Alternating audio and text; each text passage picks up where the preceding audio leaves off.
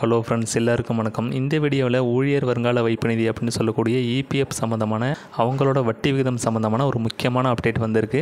இந்த அப்டேட் பற்றின முழு தகவலையும் தெரிஞ்சுக்கிறதுக்கு முன்னாடி நம்மளோட சேனலை மறக்காமல் சப்ஸ்கிரைப் பண்ணிவிட்டு கூடவே பெல் ஐக்கனையும் கிளிக் பண்ணி வச்சுங்க. அப்போ தான் நம்ம போடுற லேட்டஸ்ட்டான அப்டேட் எல்லாத்தையும் நீங்கள் ஈஸியாக தெரிஞ்சுக்க முடியும். இபிஎஃப் உறுப்பினர்களுக்கு ஏற்கனவே இருந்த இந்த 8.25% வட்டி அப்படிங்கிறது மீண்டும் தொடரும் அப்படிங்கிற மாதிரியான அப்டேட்டை ஏற்கனவே கவர்மெண்ட் கொடுத்துருந்தாங்க. இபிஎஃப் உறுப்பினர்களுக்கு இந்த 2.25% வட்டி விகிதத்தை கொடுக்கலாம் அப்படின்னு நிதி அமைச்சகத்திலிருந்து இந்த ஒப்புதல் அப்படிங்கிறது கிடச்சிருக்கு. அதனால் 2023-24க்கான வட்டி விகிதம் அப்படிங்கிறது இபிஎஃப் உறுப்பினர்களுக்கு இன்னும் கொடுக்கப்படாமல் இருக்குது. இதனால் இந்த தாமதம் ஏற்படுது அப்படிங்கிற விளக்கம் அவங்க கொடுத்துருக்குறாங்க. அது என்னென்னு பார்த்தீங்கன்னா, அதாவது நிர்வாக பிரச்சனைகளால் இந்த வட்டி விகிதம் கொடுக்க முடியாமல் தாமதமாகிட்டு அப்படிங்கிற மாதிரி சொல்லியிருக்கிறாங்க.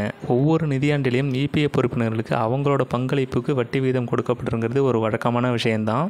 நிதி அமைச்சகத்தோட இந்த ஒப்புதல் கிடைச்சதுனால 2023-24களில் இபிஎஃப் உறுப்பினர்களுக்கு கிடைக்க வேண்டிய இந்த வட்டி விகிதம் அப்படிங்கிறது இப்போ கிடைக்கிறதுக்கான ஏற்பாடுகளை தொடங்கிட்டோம் அப்படிங்கிற மாதிரி இபிஎஃப் தரப்புலேருந்து ஒரு முக்கியமான அறிவிப்பானது கிடச்சிருக்கு.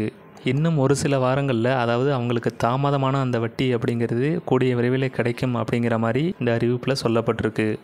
அதனால் இபிஎஃப் உறுப்பினர்கள் யாராவது உங்களோட பிஎஃப் அக்கௌண்ட்லேருந்து பணத்தை வித்ட்ரா பண்ணிங்கன்னா இந்த வட்டி விகிதம் கிடைச்சதுக்கப்புறம் வித்ட்ரா பண்ணுங்கள். அது உங்களுக்கு முழு பலனையும் கொடுக்கும். இந்த வீடியோ யூஸ்ஃபுல்லாக இருந்ததுன்னு நினச்சிங்கன்னா இந்த வீடியோவை ஷேர் பண்ணிவிட்டு மறக்காமல் நம்மளோட சேனலை சப்ஸ்கிரைப் பண்ணிவிடுங்க.